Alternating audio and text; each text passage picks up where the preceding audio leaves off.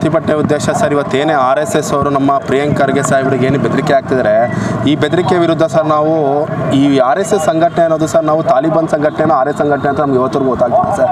ಒಬ್ಬ ನಮ್ಮ ಇವತ್ತು ಒಂದು ಕ್ಯಾಬಿನೆಟ್ ಸಚಿವನಿಗೆ ಈ ಥರ ಬೆದರಿಕೆ ಆಗ್ತಾರೆ ಓಪನ್ ಅಪ್ ಆಗಿ ಅಂದರೆ RSS ಮುಖಂಡರು ಏನು ಮಾಡ್ತಾ ಇದ್ದಾರೆ, BJP ಮುಖಂಡರು ಏನು ಮಾಡ್ತಾ ಇದ್ದಾರೆ ಅಂತ ಯೋಚನೆ ಮಾಡೋಕೆ ಸರ್. ಇವತ್ತು ಈ ಥರ ಒಬ್ಬ ಬರೀ ಸಚಿವನಿಗೆ ಈ ಥರ ಇಷ್ಟ, ಒಬ್ಬ ಕ್ಯಾಬಿನೆಟ್ ಸಚಿವರಿಗೆ ಈ ಥರ ಬೆದರಿಕೆ ಆಗ್ತಿದ್ರೆ ಹಾಗಾದ್ರೆ ಸಾಮಾನ್ಯ ಕಾರ್ಯಕರ್ತರ ಕಥೆ ಏನು ಅಂತ ನಾವು ಯೋಚನೆ ಮಾಡಬೇಕು ಸರ್.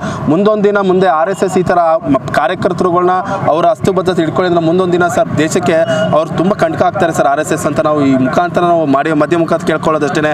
BJP ಅವ್ರಿಗೆ RSS ದಯಮಾಡಿ ನಿಮ್ಮ RSS ಕಾರ್ಯಕರ್ತರಿಗೆ ದಯಮಾಡಿ ಇಂಥ ನೀವು ಏನೇ ಇದ್ರು ಸರ್ ಹೋರಾಟ ಮುಖಾಂತರ ಮಾಡಿ ಈ ಥರ ಕೊಳ್ಳೋ ಅಂದರೆ ಒಬ್ಬ ಕ್ಯಾಬಿನೆಟ್ ಮುಖ್ಯಮಂತ್ರಿ ಇದು ಮಂತ್ರಿಯಾದಂಥ ಪ್ರಿಯಾಂಕ್ ಅವ್ರಿಗೆ ನೀವು ಈ ಥರ ಬೆದರಿಕೆ ಹಾಕೋ ಬದಲು ನೀವು ಮಾಡಿ. ನಾವು ಸರ್ ಪ್ರತಿಭಟನೆ ಮಾಡ್ತಾ ಇದ್ದೀವಿ. ನೀವು ಈ ಸಂವಿಧಾನದ ಸರ್ ಪ್ರತಿಯೊಬ್ಬ ವ್ಯಕ್ತಿಗೂ ಪ್ರಜಾಪ್ರಭುತ್ವದಲ್ಲೇ ಅವನ ಹಕ್ಕನ್ನು ಕೇಳೋಂಥ ಅಧಿಕಾರ ಇದೆ. ದಯಮಾಡಿ ನೀವು ಅಂಥದ್ದನ್ನು ಮಾಡಿ.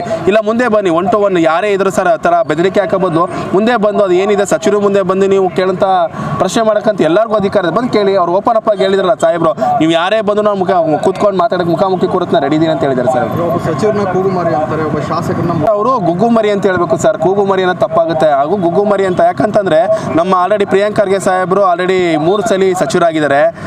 ಈಗ ಆಲ್ರೆಡಿ ಮಾಜಿ ಸಂಸದರು ಕೇಳಬೇಕು ಸರ್. ಆಲ್ರೆಡಿ ಅವ್ರು ನಿರುದ್ಯೋಗಿ ಆಗಿದ್ದಾರಲ್ಲ ಸರ್, ಯಾಕೆ ಸರ್ ನಿಮ್ಗೆ ಟಿಕೆಟ್ ಕೊಟ್ಟಿಲ್ಲ ಅಂತ ಕೇಳಬೇಕಲ್ಲ ಸರ್. ಯಾಕಂತಂದ್ರೆ ಆಲ್ರೆಡಿ 3 ಸಲ ಮಂತ್ರಿ ಆಗಿದ್ದಾರೆ, ಪ್ರೆಸೆಂಟ್ ಮಂತ್ರಿ ರನ್ನಿಂಗಲ್ಲಿದ್ದಾರೆ. ಯಾಕೆ ಸರ್ ನಿಮಗೆ ಪ್ರತಾಪ್ ಸಿಂಹ ಅವ್ರು ಹೇಳ್ತೀವಿ ಯಾಕೆ ನಿಮಗೆ ನಿಮ್ಮ ಪಕ್ಷ ಟಿಕೆಟ್ ಕೊಟ್ಟಿಲ್ಲ ಯಾವುದಕ್ಕೆ ಅಂತ ಸರ್. ನೀವು ಅದು ಸಂಸದರಾದಾಗ ರಾಮದಾಸ್ ಅವ್ರಿಗಾಗಲಿ ರಾಘೇಂದ್ರ ಅವ್ರಿಗೆ ಅವ್ರ ವಿರುದ್ಧ ನೀವು ಷಡ್ಯಂತ್ರ ಮಾಡಿದ್ರಿ. ಅವ್ರಿಗೇನೆ ನಿಮ್ಮ ಪಕ್ಷದಲ್ಲೇ ನಿಮ್ಮ ನಾಯಕರು ತುಳಿಯುವಂಥ ಕೆಲಸ ಮಾಡಿದ್ರಿ. ಯಾತಕ್ಕೆ?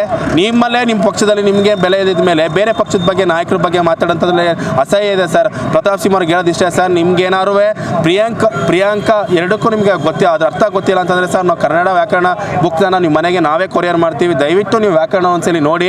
ಪ್ರಿಯಾಂಕಾ ಖರ್ಗೆಗೂ ಎರಡಕ್ಕೂ ವ್ಯತ್ಯಾಸ ಇದೆ. ದಯಮಾಡಿ ಹೇಳ್ತೀನಿ ಸರ್. ಈಗ ಪ್ರಿಯಾಂಕ್ ಖರ್ಗೆ ಅವ್ರ ತಂದೆ ಸರ್ ಇದು ಭಾರತ ದೇಶದ ಉನ್ನತ ನಾಯಕ ಅಂತ ಹೇಳ್ತೀರಾ ಸರ್. ಹೌದು ಸರ್, ಪ್ರಿಯಾಂಕ್ ಖರ್ಗೆ ಅವರಿಗೆ ಅವರ ತಂದೆ ಬಗ್ಗೆ ಅವ್ರಿಗೆ ತುಂಬ ಹೆಮ್ಮೆ ಇದೆ. ಹೌದು ಸರ್, ಮಲ್ಲಿಕಾರ್ಜುನ್ ಸಾಹೇಬ್ರು ಇವತ್ತು ನಮ್ಮ ದೇಶ ಅಂತ ಕಂಡಂಥ ಅತ್ಯಂತ ಪ್ರಭಾವಿ ನಾಯಕರಲ್ಲಿ ಅವರು ಒಬ್ರು ಇದ್ದಾರೆ.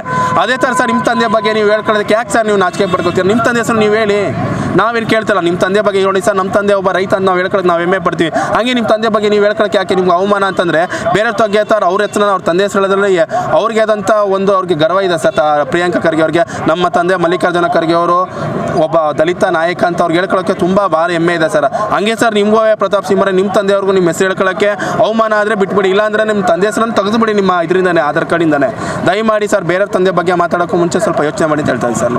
Thank you thank you sir.